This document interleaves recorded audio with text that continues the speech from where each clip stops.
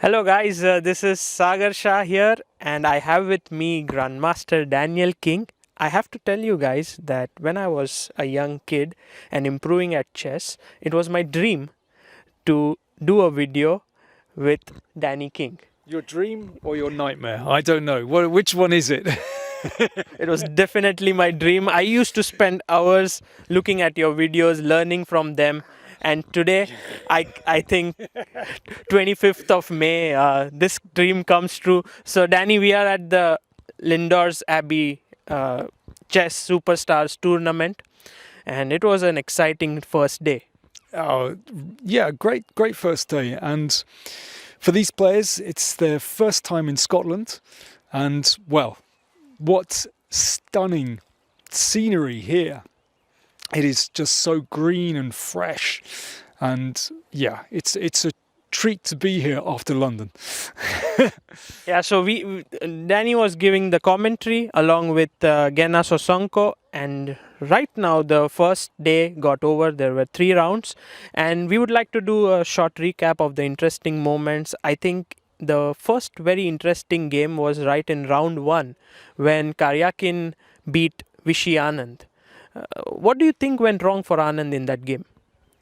I think he got caught actually in some very deep preparation by Sergei, because it's one of these Queen's Gambit declines where, well, they're both real specialists in this opening actually, and suddenly there was this move Bishop F6, which was it on the 20th move? I think it could have been anyway, very deep.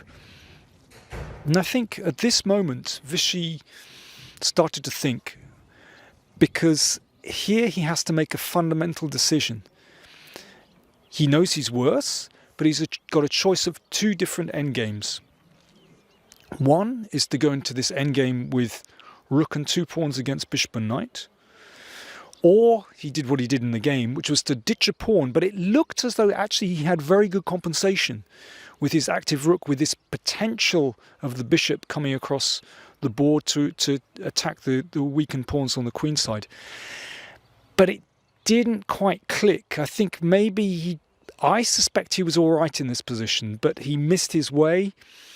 I mean, maybe the engines will tell us one way or the other, but he missed his way and Sergei got control. Okay, it was still a bit messy, and then time shortage and Vishy lost. But yeah, I think this moment, Bishop F6, this is a key moment in the game actually. So after bishop f6, if black took gf6, knight f6 and this knight into e8, rook into e5, this position, how would you assess it and who do you think is better? White is better, no doubt about that, with the rook and 2 against bishop and knight. And I think the problem is, I can understand why Vishy was reluctant to go in for this, because it's actually very difficult to see how he could get any winning chances from this position. However, it still might be possible to draw this position. Hindsight's a beautiful thing. You know, it's very difficult to compare these 2 different endgames. You know, they're both worse for black. Well, how do you judge that one? It's really difficult. Who knows? Right, I mean, Anand went for counterplay, but in the end he fell short. I think we had 2 more decisive games, and both of them came in the last round, which was the 3rd round of today. And the first one was Ding Liren, who was playing with the white pieces against Karyakin. And there was this move, knight g4 and knight into f2. Something went wrong, yeah? Well, I think this sacrifice is actually rather speculative. And I think both players appreciated this during the game, that really this sack falls short. And, well, Ding was very pleased with himself after the game. He was very pleased that he found this manoeuvre of the king coming up the board. It was on e3 and then moving back down via d2 to c1 and finally to b1. And actually he consolidated the game very well indeed. Curiously enough, we were talking about in our commentary about this kind of king march earlier, because in 1867... That's like 150 years ago. Yeah, 1867, Wilhelm Steinitz, of course not world champion at that point, but still he was getting, well, closer to the World Championship. Wilhelm Steinitz played a tournament in Dundee, which actually is only a few miles away from here. Across the river, actually.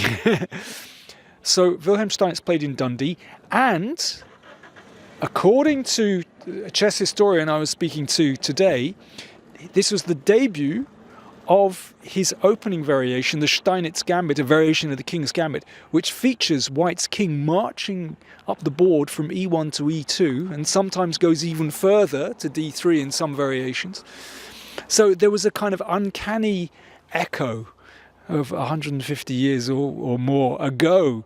Yeah, it's curious. But anyway, instead of this move knight g4 and knight takes f2, in fact, as both players pointed out after the game, Sergei could have played knight h5, which was actually a very strong move.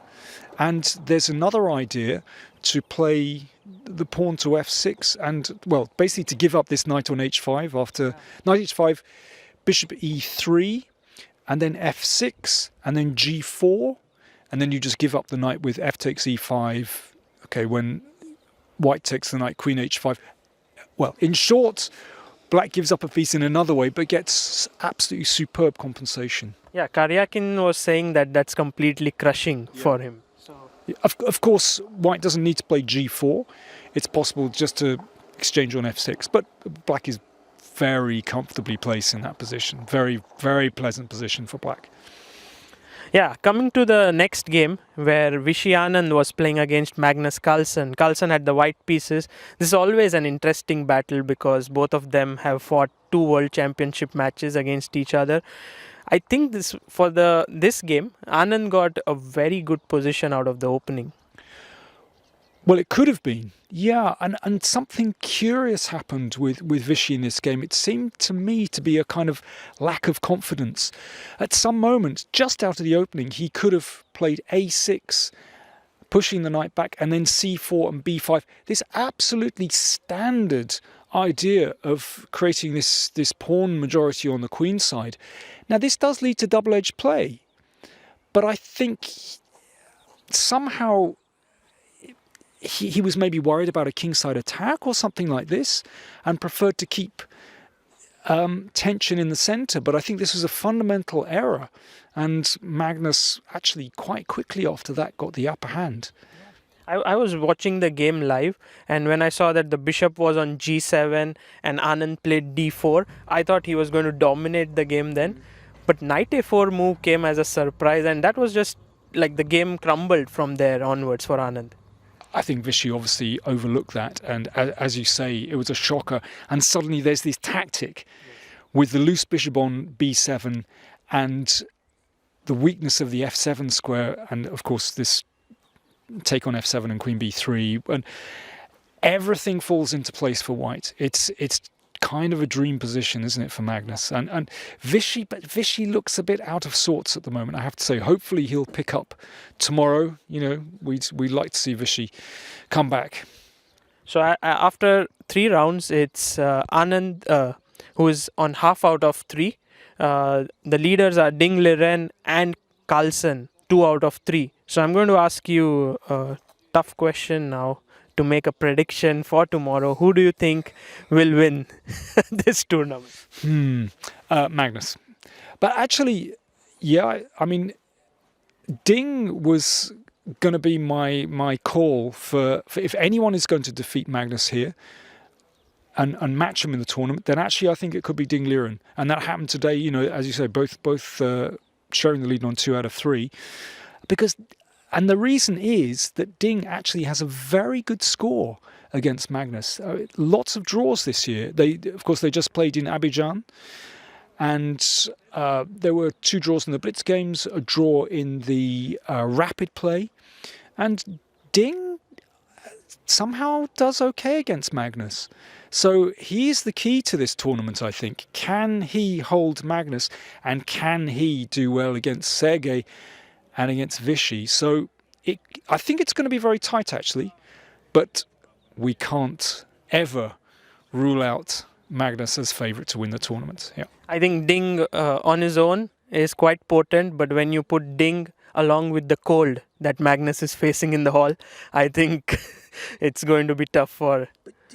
Very interesting that Magnus mentioned this in the press conference. This brought a kind of gasp of breath from the audience, as Magnus was very blunt, as he sometimes can be.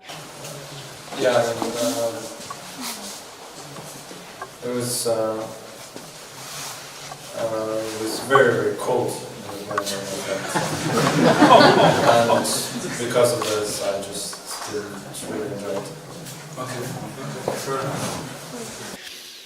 But actually, Magnus complained about the cold during the World Championship match in London, and actually was very upset about it. In some of the early games, this was in this. Well, they created a theatre, created a room, but they put in special air conditioning in the playing room. But at some moment it fell below a certain level, and Magnus complained bitterly about this. And, well, they sort of notched it up to 22 instead of 21 degrees or something like that. But he obviously feels very sensitive about it. So. Yes, there was a heater that was put here today, but I think it didn't do the job. So we have to look on the board tomorrow and also off the board. Yeah, well, it's true. What I was going to say was they're playing in a whiskey distillery, and of course the temperature for the stills must be at a regular, even temperature, and actually it can't be too hot. So maybe this might count against Magnus. I have a recommendation for him. Mm-hmm. What's that? Put on an extra layer. Put on a jumper. This is Scotland. You don't come to Scotland to get a suntan. Yeah, exactly. I mean, we started recording when there was no rain. Now it's drizzling. So, you can't ever predict Scotland weather. Yeah. When we arrived yesterday, it was beautiful sunshine, but now we're in the drizzle, and that's Scotland for you. But it's beautiful here. Yeah, completely beautiful. We'll see you tomorrow, and hopefully we can do a roundup tomorrow as well after the round. Definitely. Thank you, everyone.